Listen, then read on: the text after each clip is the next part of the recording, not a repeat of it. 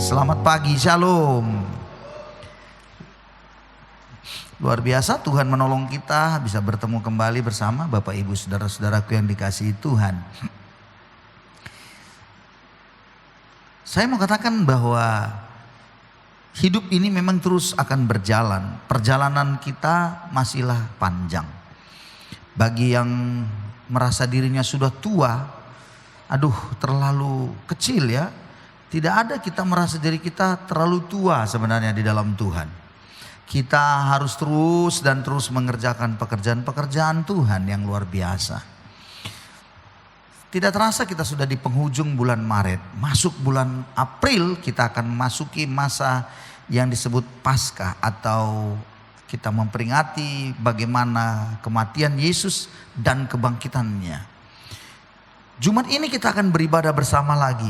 Dan saya minta pada kita semuanya, jangan ada yang bilang Jumat ini hari libur. Orang luar sana okelah itu hari libur.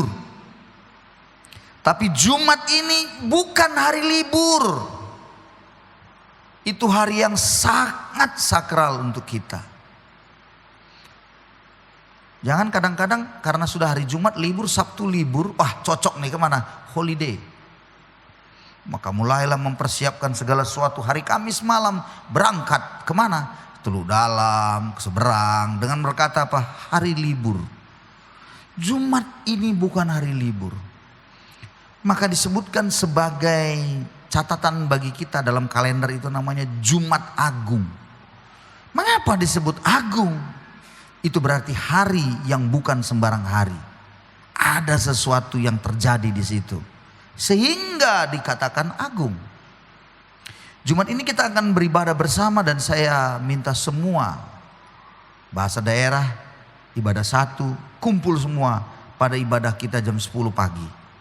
Untuk kita bersama-sama perjamuan kudus bersama, menikmati kebenaran bersama-sama. Saya akan menyampaikan tentang darah ya, supaya kita mengerti untuk apa kita bicara tentang darah.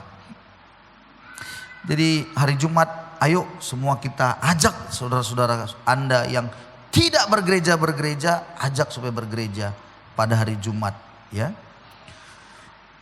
Mari kita lihat firman Tuhan lanjut sesuai dengan tema besar kita yang berbicara tentang melakukan firman Tuhan menuai kebahagiaan. Dan saya akan coba membagikan kepada saudara tentang mendengar dan melakukan. Sekali lagi, mendengar dan melakukan. Mari kita buka, saya jemput kita melihat Lukas pasal 11 ayat 27 sampai 28. Mari lihat ayatnya, Alkitab saudara pasti bawa. Lukas pasal 11 ayat 27 dan 28. Boleh tampilkan slide-nya di depan? Ya, oke, sampai di sini dulu.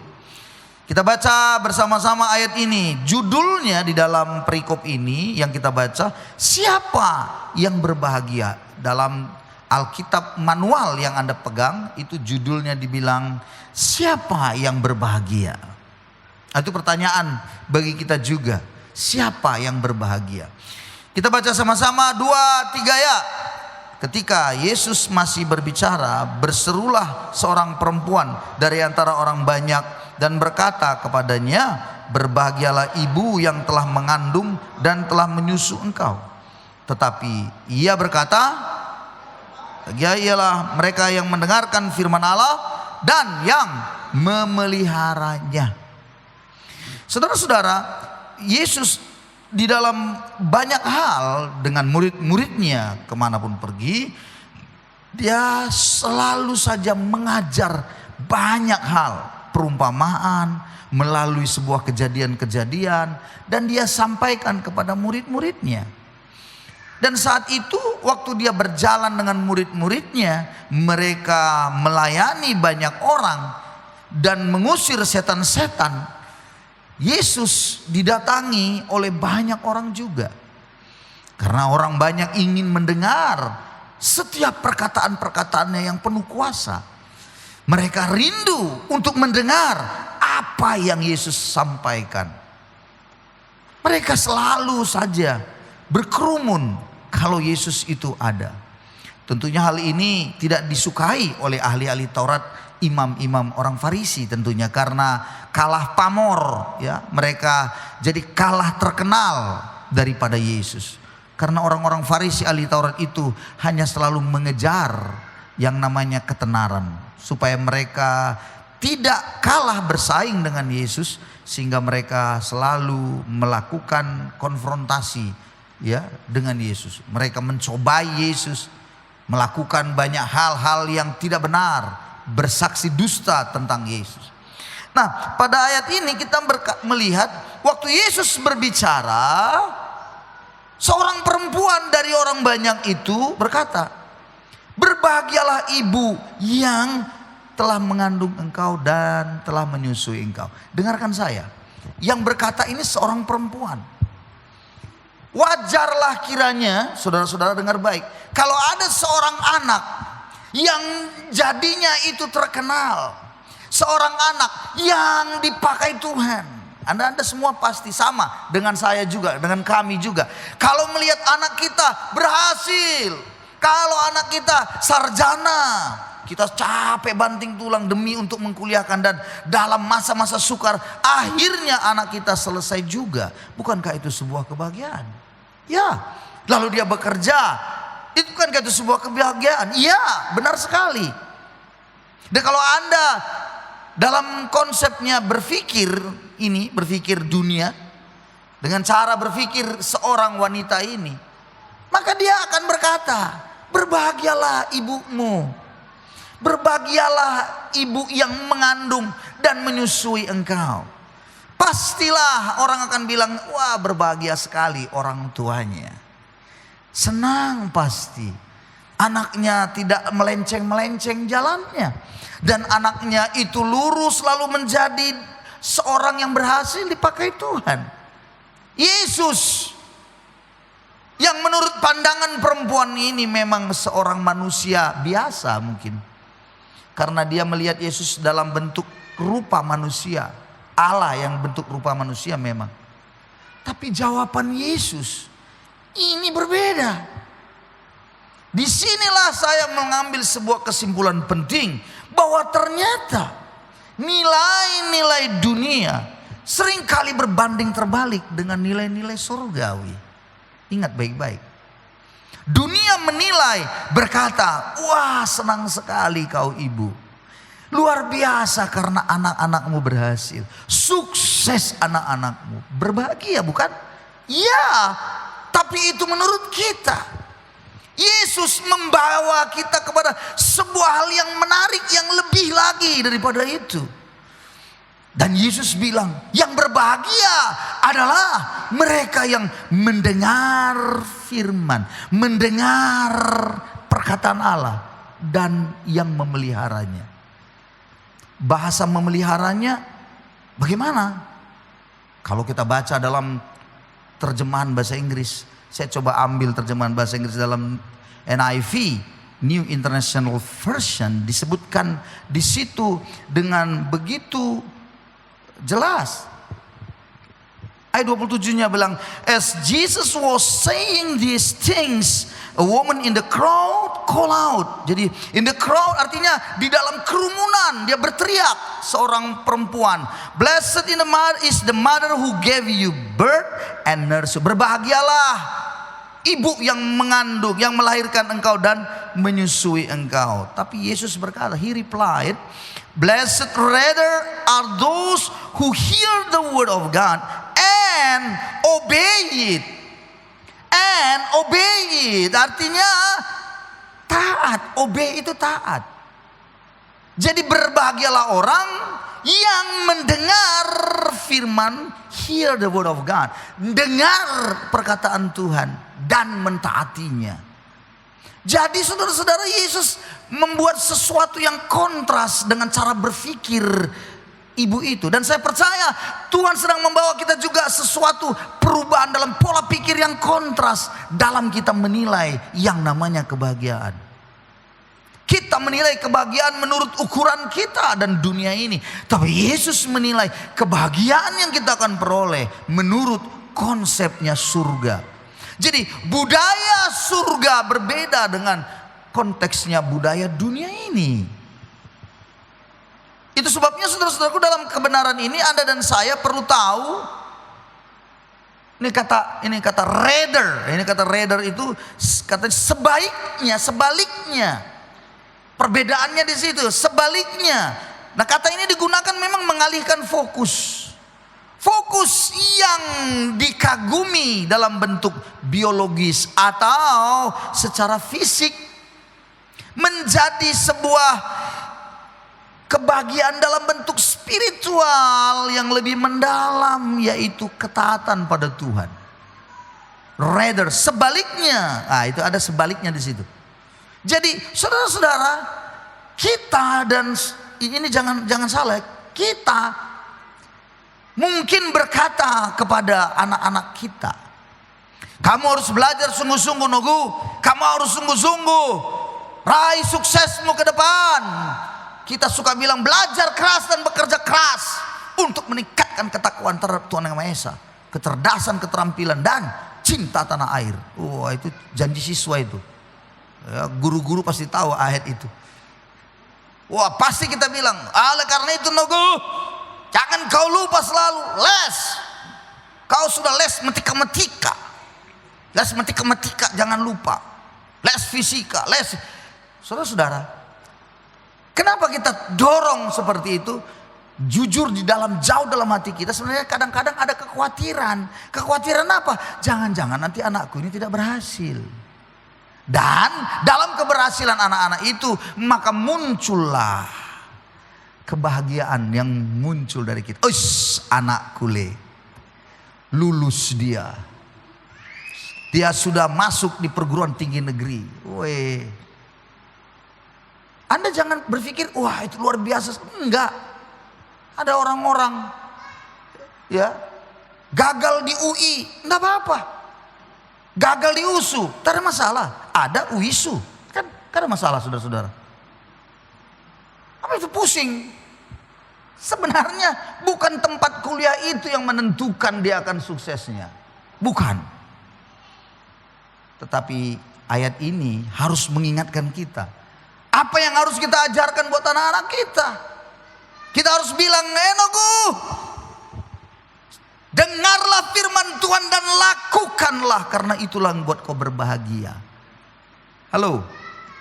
Anak Anda lulus, anak Anda berhasil, bahagia. Tapi itu bahagia yang temporary, yang sementara. Sama, kalau Anda beli sepeda motor baru, Anda berbahagia, yes.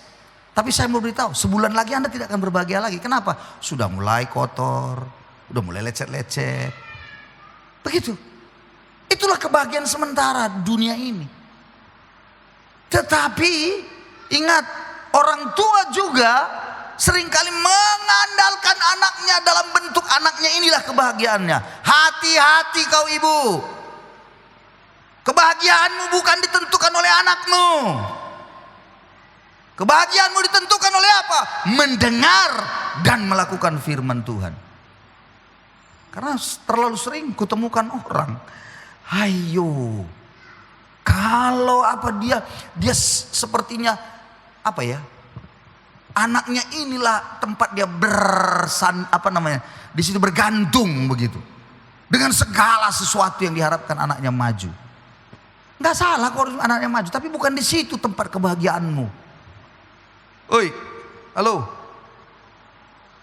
Terutama perempuan nih, karena ibu-ibu kan. Ya macam mana enggak ibu-ibu? Iyalah, dia yang mengandung. Itu. Dan kalau seorang wanita mengandung, mana ada yang enak? Menderita. Udah mulai lagi ngidam. Udah gitu apa ngidamnya? Ngeri-ngeri pula. Satu pula ngidam, Pak, naik kok di atas meja itu dulu. Itu ngidamnya. Jadi suaminya harus di atas meja. Kadang-kadang disuruhnya suaminya di atas pohon, baru dia senang. Ngidam. Apa katanya? Permintaan dari dalam. Apa permintaan dari? Kadang bodoh-bodoh juga ya saudara-saudara. Ada nggak seperti itu? Ada lagi yang harus di atas lemari, baru senang dia gitu. Maka dikatakan semua, pasti laki-laki, pasti laki-laki. Halo, kebahagiaan bukan sekali lagi ya. Memang betul, orang tua yang namanya seorang ibu itu Capek. 9 bulan dan nyawa itu taruhannya. Apalagi kalau sudah besar, duduk pun standar samping kan begitu kan. Duduk pun susah. Udah gitu 9 bulan 10 hari lahir. Wah, itu pasti luar biasa sekali kegirangannya. Dan anak itu dibesarkan, wajar. Tapi apapun ceritanya ibu, halo, kebahagiaanmu bukan pada anakmu. Bukan saya yang bilang, Yesus bilang. Wanita itu bilang, berbahagialah ibu yang mengandung, yang melahirkan, yang menyusui engkau. Yesus bilang, sebaliknya, blessed rather. Yang berbahagia itu adalah yang mendengar firman dan melakukannya. Amin, saudara-saudaraku. Oke, kita lihat lagi Lukas 6. Ada lagi 2 macam dasar. Ajaran Yesus kepada murid-muridnya lagi ini. Ini begitu tajam pengajaran ini bagi murid-muridnya. Lukas 6 ayat 46 sampai yang ke-49. Mari kita lihat Lukas 6 ayat 46 sampai 49. Ayat 46 saya baca pelan-pelan ya. Mengapa kamu berseru kepadaku, Tuhan, Tuhan, padahal kamu tidak melakukan apa yang aku katakan? Saya tanya saudara dulu, yang berkata Tuhan, Tuhan, itu keadaan dalam keadaan kejepit atau keadaan yang lagi senang itu? Berseru seperti itu? Hah? Kalau anak kita manggil Pak, berarti ada masalah besar atau ada kesenangan di situ? Masalah, pasti masalah. Dan orang ini bilang Tuhan, Tuhan, berarti dia sedang berseru menyatakan ada masalahku, ada kesusahanku. Berarti orang ini sedang dalam kepanikannya, kesusahannya, kesulitan yang dialaminya, berteriak-teriak pada Tuhan. Dan Tuhan bilang, kenapa kau bilang berseru Tuhan, Tuhan? Padahal apa yang terjadi? Kamu nggak melakukan apa yang aku katakan. Jadi harusnya berseru kita Tuhan, Tuhan, harusnya sejalan dengan kita melakukan firman. Lalu Tuhan kasih sebuah perumpamaan penting. Ayat 47 dikatakan begini. Kita baca sama-sama 47 dan 48 ya. 2, 3 ya. Setiap orang yang datang kepadaku dan mendengarkan perkataanku serta melakukannya, aku akan menyatakan dengan siapa ia dapat disamakan. Ia sama dengan seorang yang mendirikan rumah. Orang itu menggali dalam-dalam dan meletakkan dasarnya di atas batu. Kalau datang air bah dan banjir melanda rumah itu, tidak digoyahkan karena rumah itu kokoh dibangun. Perhatikan sebaik-baik. Perhatikan baik-baik. Diumpamakan oleh Tuhan orang yang mendengar, bukan hanya mendengar, datang, mendengar dan melakukan. Ya ingat ya, datang, mendengar dan melakukan. Ia sama seperti orang yang membangun rumahnya dengan cara apa? Menggali dulu dasarnya. Ada diletakkan dulu fondasinya dengan batu, baru dibangunlah rumah. Saudara-saudara, rupa-rupanya kalau Anda dan saya sebagai orang-orang yang suka mendengar firman dan melakukannya, sebenarnya Anda sedang membangun fondasi hidup Anda. Jadi anak-anak kita semua, kalau kita ajarkan untuk mereka taat pada perintah Tuhan, sesungguhnya kita sedang mengajarkan kepada anak kita bahwa dia sedang membangun fondasi hidupnya. Maka apa yang terjadi? Mari kita baca, lihat baik-baik. Air bah datang, banjir datang, tetap dia kokoh, tidak goyah, tidak runtuh rumah itu. Maka kalau anak kita sendiri pun berupaya mendengar firman dan melakukannya setiap hari. Dalam perjalanan hidup terus menerus, kita sedang membangun diri kita. Artinya fondasi kehidupan kita sedang bangun. Supaya apa? Supaya nanti saat ada masalah tidak berteriak-teriak lagi seperti ayat di atas tadi. Tuhan, Tuhan. Makanya ada orang kan, Tuhan, mau mati aja laku, mati aja laku. Ada yang bilang gitu. Ada yang bilang, tidak ada lagi gunanya hidupku. Lompat aja aku dari lantai 10 ini, lompat aku. Padahal di Nias tidak ada lantai 10. Itu maksudnya. Dari mana dia lompat? Ya lompat dia ke laut itu kan. Enggak sanggup menghadapi tantangan hidup. Enggak sanggup menghadapi badai. Anak-anak yang tidak diajar untuk mendengar dan melakukan firman, enggak akan sanggup menghadapi kerasnya dunia ini. Halo, aku kasih tahu dengan baik. Tidak akan mampu untuk menghadapi kejamnya dunia ini hari-hari ini. Janji siapa yang Anda bisa pegang lagi hari-hari ini? Janji pemerintah? Janji siapa? Hanya janji Tuhan yang Anda bisa pegang sungguh-sungguh. Gak ada yang bisa dipegang lagi semuanya. Saudara-saudara, sulit keadaan ini. Anda dan saya perlu tahu dan sadari bahwa mendengar dan melakukan firman-lah yang membuat kita tetap tegar. Katakan amin. Ayat 49-nya berkata, akan tetapi barang siapa mendengar perkataanku, didengar, bagus didengar, dicatat juga, tetapi tidak melakukannya, ia sama dengan orang yang mendirikan rumah di atas tanah tanpa dasar. Ketika banjir melanda, rumah itu segera rubuh dan hebatlah kerusakannya. Jadi saudara-saudara dan saya, ketika orang nggak melakukan, hanya mendengar, ingat ya, mendengar bagus, senang, dia datang ibadah, mendengar, good, tapi pulang tidak melakukan, katanya dia sedang membangun hidupnya, kehidupannya sama seperti sebuah rumah dibangun, nggak ada dasarnya, di atas tanah begitu saja, nggak ada dasar. Ya jelas kalau dibangun rumah begini nggak ada dasarnya, datanglah angin kencang, datanglah banjir, robohlah.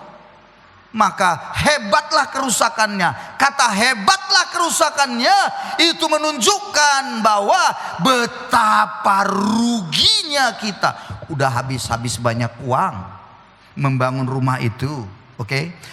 Usaha, selain materi, usaha, waktu, tenaga dicurahkan di situ. Tapi karena tidak punya dasar fondasi yang benar, robohlah. Maka nggak heran kita akan berteriak-teriak. Kenapa? Karena hancur betul-betul kehidupan kita.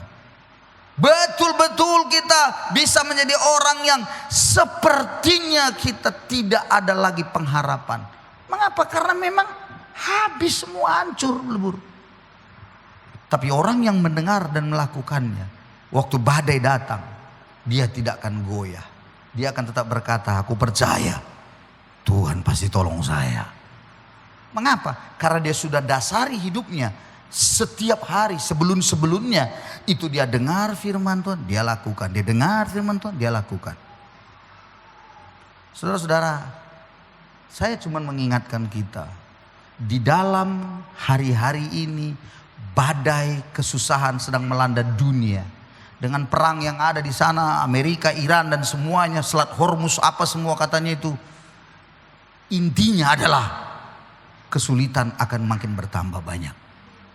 Nah, kalau Anda dari sekarang tidak membangun fondasi hidup Anda dengan cara mendengar dan melakukan firman Tuhan, kita akan goyah. Kita bisa khawatirnya tingkat tinggi. Kita bisa gemetar menghadapi semua keadaan dunia ini. Saudara-saudara, kalau Anda punya misalnya Anda berdagang lah, Anda beruntung, Anda berbahagia, yes, senang Anda, naik jabatan Anda, lulus P3K, menang jadi PNS, ya, senang, saya percaya itu senang.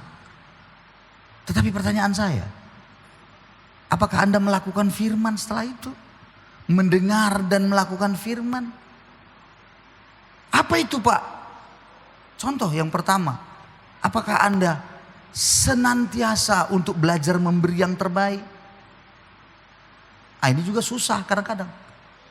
Waktu Anda tidak bergaji, belum jadi PNS, Anda belum beruntung dalam arti kata usaha Anda ya pas-pas begitu. Misalnya, Anda memberi kepada Tuhan misalnya. Persembahan Anda misalnya cuma katakanlah 20.000. Terus Anda sudah jadi PNS. Terus Anda sudah diberkati. Terus persembahan Anda tetap 20.000. Itu kebangetan. Itu berarti Anda sebenarnya tidak melakukan kebenaran. Memberinya iya. Tapi bukankah Alkitab bilang lebih berbahagia memberi daripada menerima? Benarkah begitu? Lebih berbahagia memberi daripada menerima. Kitab Kisah Rasul bilang begitu. Ya Tuhan tolong. Ada yang bilang enggak Pak, lebih berbahagia menerima kok Pak. Oh Yesus tolong Tuhan. Mari kita perhatikan ayatnya saudara-saudaraku. Di dalam Kisah Rasul 20 ayat 35. Dalam segala sesuatu telah kuberikan contoh kepada kamu, kata Paulus, bahwa dengan bekerja demikian. Nah ini bekerja, dari pekerjaan kita harus membantu orang-orang yang lemah dan harus mengingat perkataan Tuhan Yesus, sebab Ia sendiri telah mengatakan adalah lebih berbahagia memberi daripada menerima. Nah itu seperti itu saudara-saudara. Lebih berbahagia memberi daripada menerima. Nah itu kebenaran yang harus kita mulai belajar praktekkan. Maksud saya bagaimana? Begini, dengarkan saya baik-baik. Dengarkan saya baik-baik. Ini penting tuh Anda ajarkan sama anak-anak Anda. Kami juga mengajarkannya sama anak-anak. Dulu waktu si Grace, si Theo itu belum bekerja. Dari mana persembahannya untuk ke gereja? Ya dari kami, otomatis. Tapi selalu dikatakan, contoh, kau memberi nak, beri dari apa yang dikasih orang tua masalah jajanmu. Kan dikasih, ini uang makanmu. Begitu. Belajar kau memberi. Persembahan persepuluhanmu belajar memberi dari mana? Dari apa yang Bapak kasih untuk makan perutmu. Itulah persepuluhan. Jangan kau persepuluhkan pula biaya kuliahmu. Nomboklah terus itu. Tapi apa yang kau makan? Nah sekarang udah kerja. Apakah masih sama pemberiannya dengan yang sudah kerja dengan yang belum? Keterlaluan kalau masih sama. Keterlaluan. Maafkan saya. Anda makan bakso 1 minggu itu berapa kali? Anda makan bakso? Oke Pak, cuma sekali. Oke, bakso 1 minggu tuh kau makan 1 kali berapa? 20.000. Lah makan baksomu saja 20.000. Masa persembahanmu cuma 2.000, 5.000? Kebangetan. Salah itu cara berpikir seperti itu. Engkau sedang membangun fondasi hidupmu dengan cara yang salah. Makan di perut saja 20.000. Kayak saya suka bilang sama istri, kita makan hari ini di mana? Ingat ya. Kalau sudah ada uang pasti pertanyaan beda. Waktu belum punya uang dulu, makan apa tidak kita hari ini ya? Makan apa tidak? Kita berdoa. Itu makan apa tidak? Udah mulai ada berkat, makan apa kita hari ini mah? Udah ada berkat tuh. Makan apa kita? Makin diberkati. Di mana kita makan hari ini ya? Ya kan di mana? Ada di mana? Banyak di mana? Nah ini celakanya udah makin rakus tamak. Akhirnya ini siapa kita makan hari ini mah? Itulah manusia tuh. Manusia angkuh itu begitu. Nah Anda tahu di mana? Coba ya jujurlah kita ya. Pulang dari sini. Ini hari Minggu pulang. Saya tahu pasti ibu-ibu semuanya agak malas untuk masak. Ya wajar lah, nggak apa-apa itu, biasa itu. Pokoknya istirahatlah dulu. Pulang dari sini ada yang bilang, di mana kita makan ya?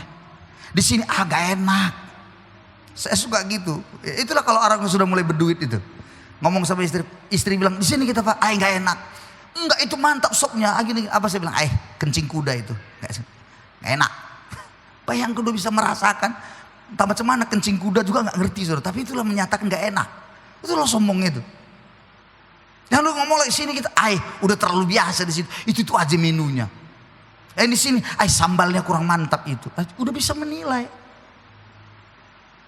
Lalu waktu makan berapa? Ikannya panggang semua. Keren.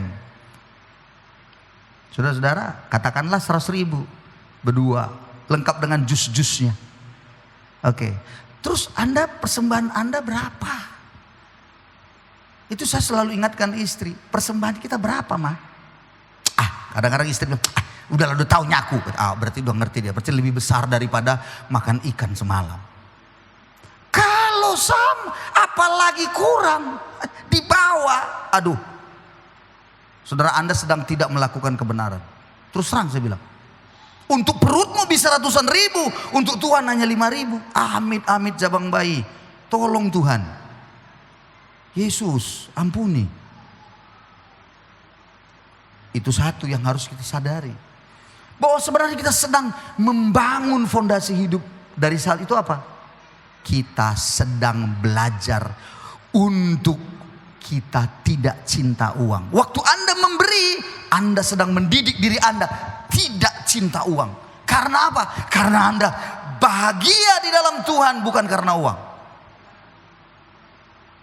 Bagaimana Pak caranya supaya saya tidak cinta uang?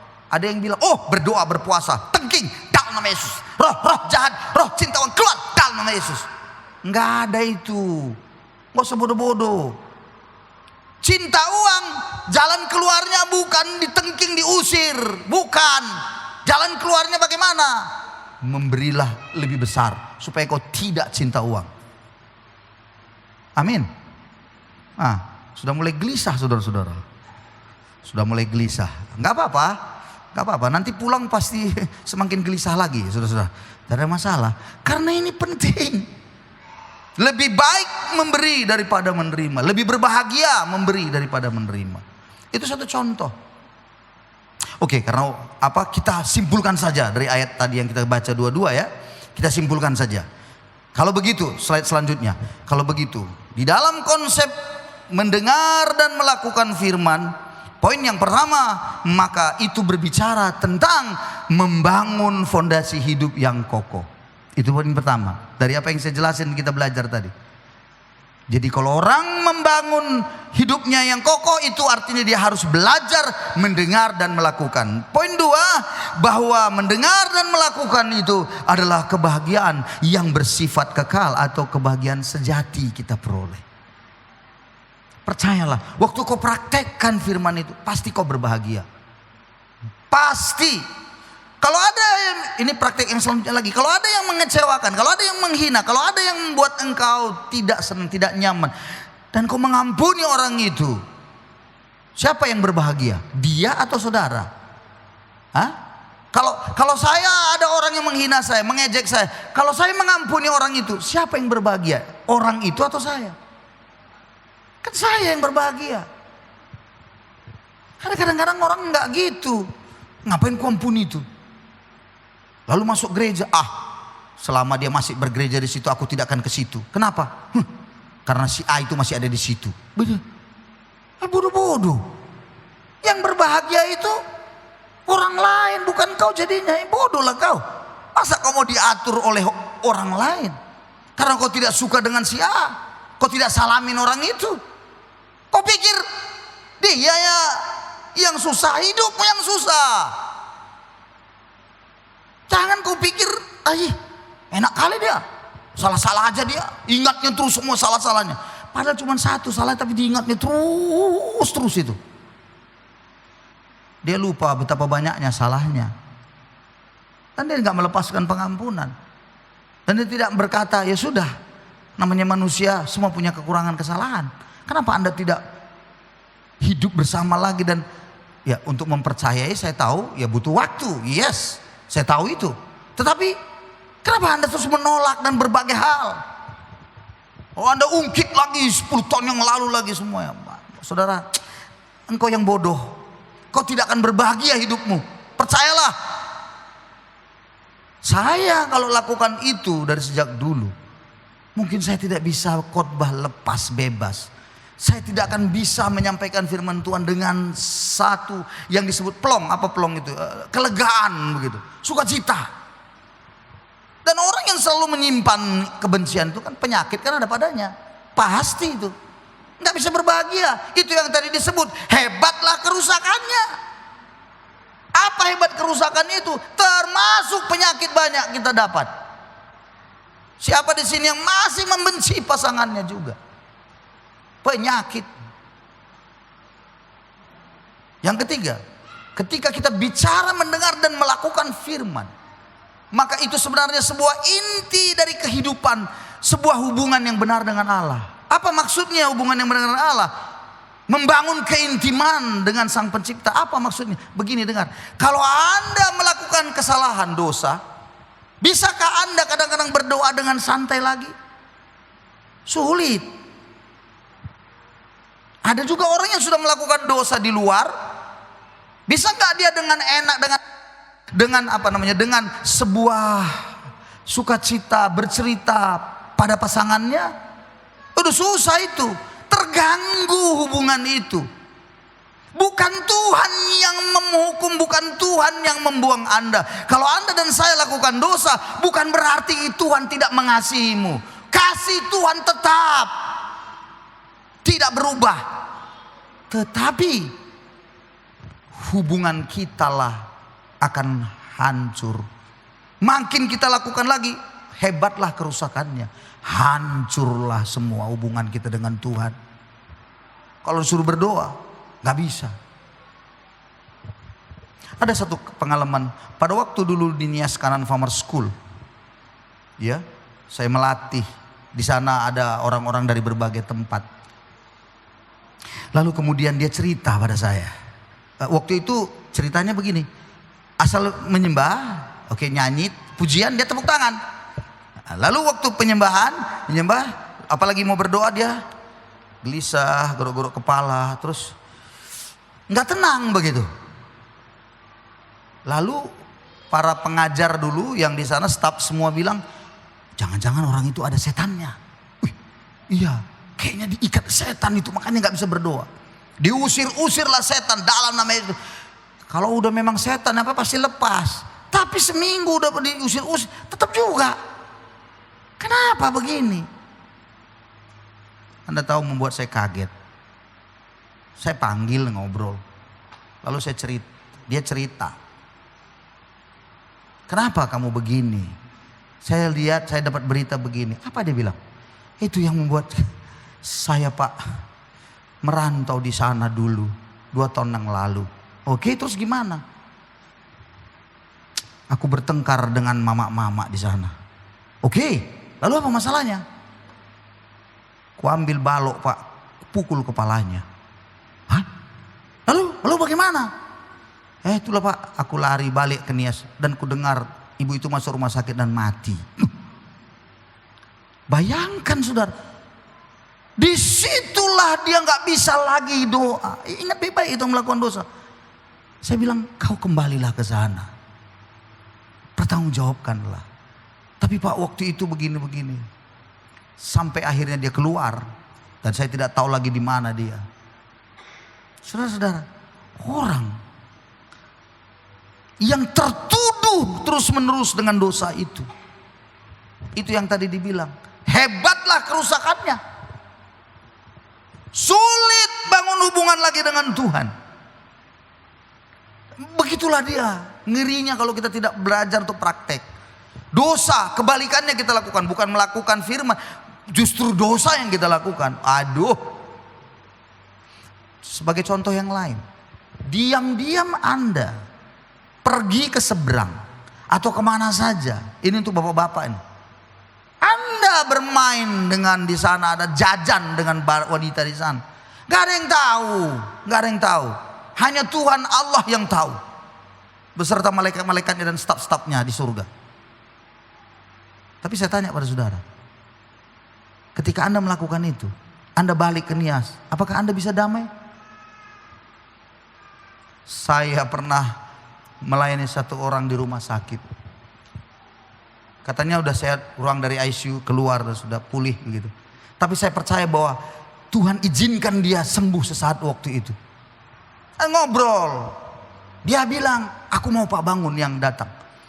Lalu istrinya telepon, Pak, kata Bapak, harus Bapak. Ku bilang kan banyak pendeta lain. Enggak, katanya harus Bapak. Ya oke lah. Ya, terus dibilangnya, jangan ikut ibu, hanya saya. Saya langsung nangkep, ada sesuatu. Maka saya datang, waktu ngobrol, istrinya dibilang, sana. Dia usir istrinya keluar. Dan kami cerita, kenapa Pak? Saya ketawa, Hana, saya bilang pakai ketawa-ketawa, iya begini, iya Pak, begini Pak. Begini Pak, waktu di ruang ICU itu Pak, saya kalau gelap begini. Jadi intinya takut mati, ngerti? Dan Tuhan masih buat dia bisa sadar, pasti anugerah itu. Lalu dia cerita, ada yang saya tidak pernah bisa tidur dari dulu sebenarnya Pak. Ada hal yang jahat saya lakukan. Apa itu? Dia ceritakan masa lalunya waktu merantau. Padahal dia sudah pensiun, dia PNS. Dia cerita semua bla bla bla bla. Saya dengerin. Pak, kenapa mesti Bapak cerita pada saya? Dia cuma bilang, cuman Bapak yang bisa kupercaya untuk mendoakan saya. Bapak tidaklah menceritakan sama orang. Oh, lalu bagaimana?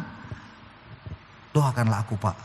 Lalu saya pun berdoa. Saya sampaikan Injil bahwa kasih karunia Tuhan. Dia nangis. Lalu saya meletakkan tangan berdoa. Lalu dia bilang, terima kasih Pak, aku sudah bebas. Saya bilang, kalau Bapak dari dulu cerita, udah lama Bapak bebas. Tapi sekarang begini, Bapak terjadi, hebatlah kerusakannya. Nah itulah dia. Akhirnya setelah itu kami ketawa. Saya panggil ibu istrinya, lalu ngobrol. Apa tadi Pak? Saya bilang, ini urusan kami, gak usah sibuk-sibuk lah, perempuan gak usah tahun semuanya, ini urusan kami. Dan waktu cerita, lalu berjanji, Bapak 2 hari lagi akan pulang kan? 2 hari lagi kita ketemu. Iya Pak, iya Pak. Bapak harus mau saya layani lagi. Kita lanjutkan konselingnya. Siap Pak, siap. Besoknya mati. Bayangkan saudara-saudara. Saya percaya itu waktu Tuhan memang untuk dia menyelesaikan semuanya. Itu artinya apa saudara? Waktu Anda dan saya melakukan dosa-dosa itu, hubungan hancur dengan Tuhan. Hebatlah kerusakan kita. Jadi saudara jangan anggap itu tidak ada yang tahu atau main-main dengan itu saudara-saudara. Jangan gampang, jangan ada itu. Kalau Anda punya pasangan, kalau Anda tidak berani itu cerita, bisa Anda cerita pada pasangan Anda. Dan tolong pasangan Anda, halo siapa itu? Ibu-ibu. Jangan kau hakimi suamimu ketika bercerita. Ini persoalannya besar. Suamimu perlu ditolong. Tapi waktu suamimu cerita langsung bilang, makanya angkat perkakasmu dari sini. Ya halah, habislah udah semua. Belajar untuk Anda menyadari suami Anda perlu ditolong. Dia sedang bercerita bahwa dia sedang jatuh. Saudara-saudara, kenapa kami membuat khusus pernikahan? Kursus pernikahan dimulai hari ini. Minggu yang lalu masih sore ini jam 4. Kenapa? Sebenarnya bukan menghakimi saudara, tapi biar suami istri itu bercerita, menyampaikan segala sesuatunya. Ada jurnal, ada buku panduan yang kita akan tuntun. Kami sendiri, saya sendiri waktu mengalaminya, kami ikut dalam pertemuan itu. Kami semakin hari semakin merasa jatuh cinta lagi. Makanya kadang-kadang aku bilang sama istriku, Emma, kenapa kau? Kayak mau kupeluk aja lah kau. Wish, banyak orang. Enggak ya, begini. Terus peluklah. Dari tengok orang itu kok. Maksudnya apa? Jatuh cinta lagi. Ingat ya saudara, kita harus ngalamin jatuh cinta berulang-ulang pada orang yang sama. Katakan amin. Jangan pada orang yang berbeda-beda. Celaka 12. Kadang-kadang kita bisa yang namanya tergoda. Tergoda itu bisa saja terjadi. Tergoda. Tapi ingat baik, kita harus cepat masuk ke dalam rumah di mana ada pasangan kita yang bersama-sama. Dan kita bisa di situ bercerita banyak hal. Saudara-saudara, itulah gunanya. Tidak ada orang yang berkata bahwa kalau keluarga mau hebat, maka doanya yang kencang, maka kemudian begini, bahasa roh, bahasa ini. Alah. Aku kasih tahu, banyak hamba-hamba Tuhan yang dipakai Tuhan bertumbangan, bercerai. Anda tahu? Kemarin ada acara di sana, di Eneas kan, seorang guru saya dulu 32 tahun yang lalu, dan saya bertemu dengan dia. Dia punya urapan nubuat yang begitu tajam, dan saya ke sana ikutin karena saya diundang. Saya bertemu, saya dibilang, oh iya ya, baru dia ingat di Toraja dulu dan bla bla bla. Saya tanya padanya, buat saya kaget. Si Anu yang ngajar yang ini Pak, di mana? Dia sudah meninggal dunia. Setahun lalu dia serangan jantung waktu pelayanan di bandara. Si Anu di mana Pak? Saya tanya lagi. Aduh, kalau yang ini dia sudah bercerai. Aduh, dan sekarang kawin lagi dengan si lain. Saya kagetnya luar biasa. Itu artinya, dengarkan saya baik-baik, tidak gampang mempertahankan pernikahan, saudara-saudara. Tidak gampang. Soal ayat jago, soal firman hebat, ngerti dia yang mengajar saya. Tapi saudara-saudara, itulah yang disebut dengan keluarga. Pernikahan itu perlu untuk direnovasi lagi, mungkin di-upgrade lagi. Di apa mah? Dipelihara, ya betul. Dipelihara lagi. Jangan merasa, oh enggak kok, kami aman-aman sebebek saja, anakku baik-baiknya semuanya, sehingga merasa tidak perlu. Halo, Anda akan tahu bagaimana rasanya kalau mengalami berat. Ada persoalan besar yang dimana kita tidak sanggup mengatasi. Ada banyak yang tersembunyi juga yang harus disingkapkan. Selanjutnya 4, kita percepat. Ketaatan itu waktu melakukan firman itu adalah bukti kita mengasihi. Bukti mengasihi Tuhan. Kalau cuma hanya mendengar berarti hanya menyentuh telinga kita masuk lalu pikiran. Hanya itu mendengar. Tapi ketika Anda melakukannya, maka sebenarnya seluruh aspek hidup Anda sedang bekerja waktu Anda melakukannya. Jadi taat itu akan membawa seluruh aspek kehidupan Anda untuk ikut serta. Dan yang kelima, tentunya sebagai murid Yesus yang sejati, itu berarti kita ketika mendengar dan melakukannya sebagai murid Tuhan, yang membedakan kita dengan orang-orang di luar sana.